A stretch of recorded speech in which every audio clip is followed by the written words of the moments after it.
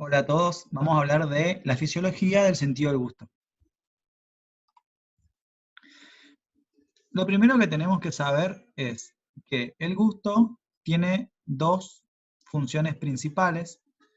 Uno es estimular la salivación, permitiendo comenzar con la digestión, y por el otro lado permite reconocer sustancias que pueden ser potencialmente tóxicas, como son los alcaloides venenosos.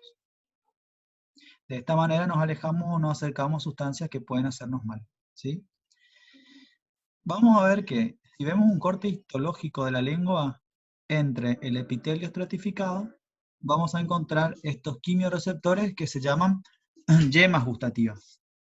Si nosotros ampliamos una imagen de una yema, encontramos esto, que hay dos tipos de células.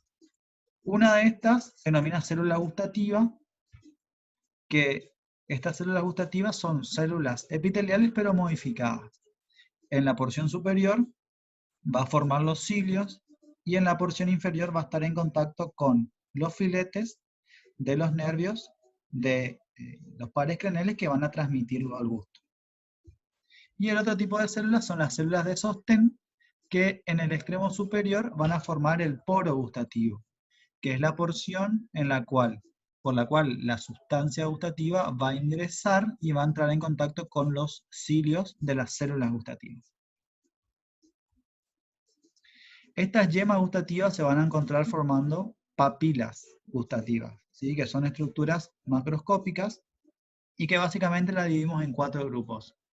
Las papilas fungiformes, que se encuentran sobre todo en el tercio anterior de la lengua. Las papilas filiformes, las papilas foliadas, ¿sí? O foliáceas, que se encuentran en la región lateral y posterior. Y por último, las papilas caliciformes, que se encuentran delimitando lo que se denomina la B lingual. Todas estas papilas pueden transmitir cualquiera de las sensaciones gustativas, ¿sí? No hay una papila especializada en un gusto en particular. Dijimos que hay sensaciones gustativas primarias, que básicamente son la analogía de los colores primarios. Tenemos el dulce, el salado, el agrio, el amargo y el umami. Hay que imaginarse o compararlo con los colores, en los cuales nosotros tenemos una gama de sabores, podemos percibir más de 100 sabores diferentes, pero que básicamente es la estimulación de diferentes maneras, de diferentes intensidades de estas cinco sensaciones gustativas. Vemos que el dulce es producido sobre todo por alcoholes, glicoles y azúcares. El salado se produce sobre todo por sales ionizadas, donde acá encontramos el cloruro de sodio. El agrio depende de los niveles de protones o hidrogeniones. Entonces, cuanto más ácida es un alimento, más cantidad de protones tiene y por lo tanto se va a percibir como agrio. El amargo depende de cadenas largas de nitrógeno. Entonces, el ejemplo de sustancias que contienen nitrógeno son los alcaloides. Que dijimos que los venenos, por lo general, pueden ser alcaloides. Entonces, cuando un alimento es amargo, tiende a el animal tiende a repeler ese alimento, ¿sí? Como un mecanismo de defensa.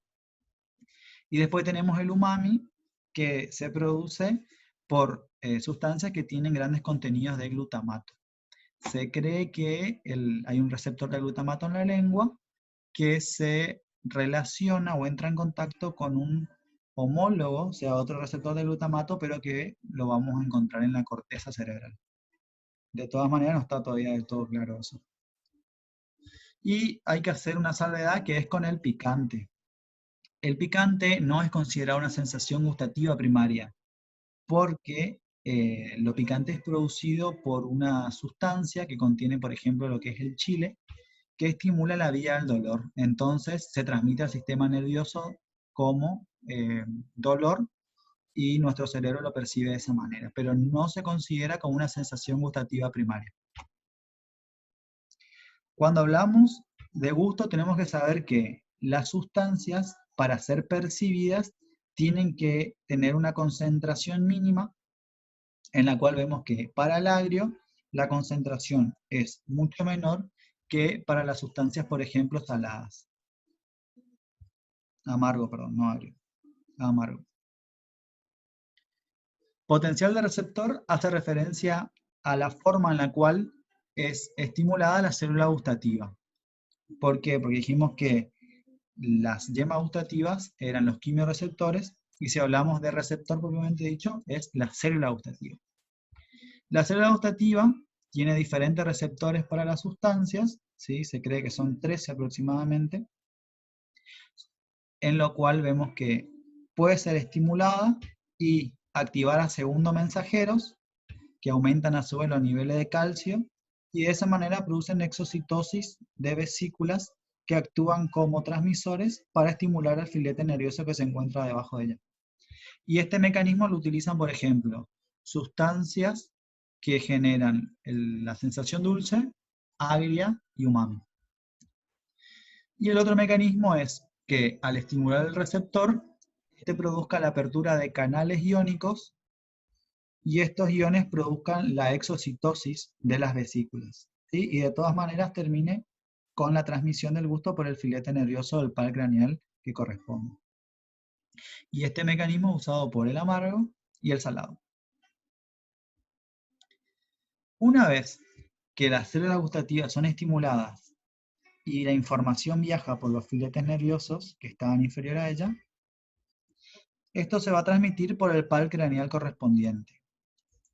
El tercio anterior los dos tercios anteriores de la lengua están inervados por el séptimo, o sea, por el facial, por una rama cuerda del tímpano que se une con una rama lingual del trigémino. La región posterior está dada por el glosofaringio o noveno par, y la región posterior de la faringe, esto es el 1/3 posterior y esto es la faringe por el nervio vago o décimo par. Entonces, 2/3 anteriores por el facial, el tercio posterior de la lengua por lo que corresponde al glosofaringio, y la región de la faringe por el nervio vago. Una vez que dijimos, la información va a viajar los 2/3 anteriores por el séptimo, el tercio posterior por el noveno y la región de la faringe por el décimo. De la lengua van a encontrar su neurona en el tronco del encéfalo, ¿sí? De los pares craneales 10, 9 y 7, que forman lo que se denomina núcleo del tracto solitario. Desde acá van a encontrar su segunda neurona en el tálamo, en el núcleo ventroposteromedial del tálamo, y de acá se van a dirigir hacia el área gustativa primaria, que corresponde al área de Dondon 43. Pero en el camino dan dos conexiones, por un lado con la amígdala y por el otro con el hipotálamo. A nivel del tronco también se va a comunicar con dos núcleos, que son el núcleo salival superior, que encontramos en el par craneal 7, y el núcleo salival inferior, que lo encontramos en el par craneal 9, que van a inervar funcionalmente a las glándulas submaxilar y sublingual y parótida respectivamente. ¿Sí? Entonces se comunican y de esa manera estimulan la secreción y por lo tanto la salivación. ¿Sí? Esto fue sentido del gusto. Gracias.